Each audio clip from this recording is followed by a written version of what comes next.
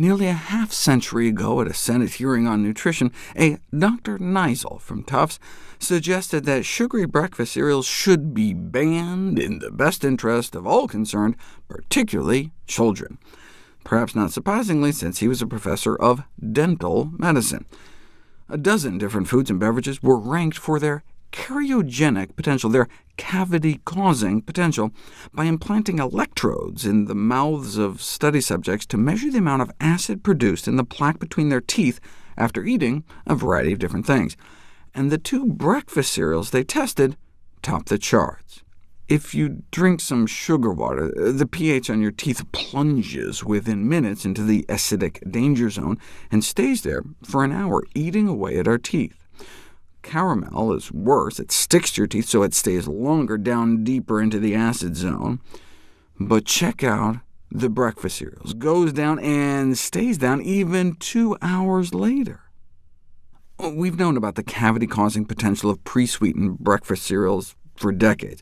A dozen such cereals were put to the test to measure the level of tooth-dissolving acid produced by the strain of bacteria that causes cavities.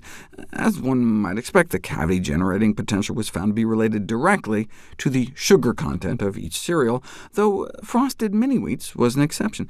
Despite having 40% less sugar than cereals like Froot Loops or Frosted Flakes, Frosted Mini-Wheats caused the greatest calcium demineralization, ranking second only to the now-defunct powdered donuts in cavity-causing potential. A study of 28 different cereals concluded that unquestionably the sugar concentrations in these 28 cereals was sufficiently high to qualify them as dentally dangerous.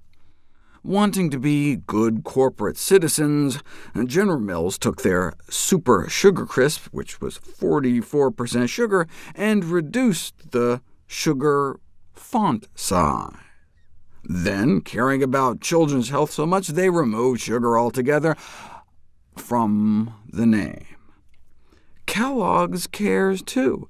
Though Sugar Smacks is apparently where space energy comes from, it doesn't sound as wholesome as Honey Smacks. Same cereal, healthier name. They did remove sugar from Corn Pops and Frosted Flakes. From the front of the boxes. And Cookie Crisp? I think the fact that it's made by a dog food company says it all.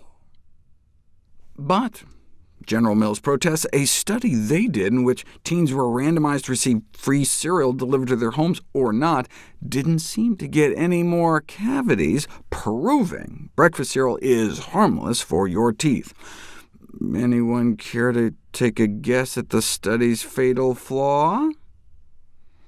The kids in the control group were free to just have their parents buy their sugary cereals from the store, and so both the experimental and control groups may have been eating the same amount of cereal, with the only difference being that the experimental group received its cereal free, and the control group had to pay for it.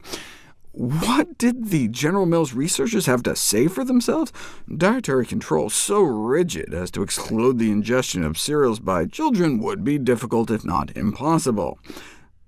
But then it's not a control group. That's like this Kellogg's funded paper saying, yeah, if we didn't feed kids sugar, then we could virtually eliminate cavities, but this ideal is impractical. So, let's take the middle ground and come up with, Froot Loops with marshmallows. But hey, at least they're fruit-shaped, or at least fruity-shaped.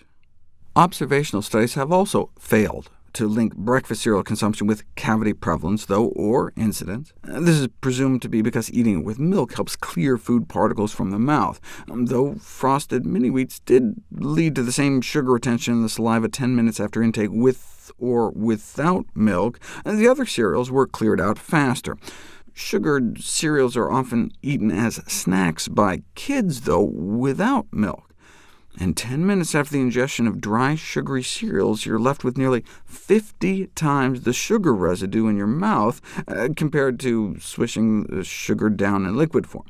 It is inconceivable, conclude the researchers, to contest the fact that frequent between-meal ingestion of foods like high-sugar cereal is dentally hazardous. Whether or not mealtime eating of sugared cereals induce cavities is not the point. Because kids snack on them between meals, they have a marked potential for dental danger.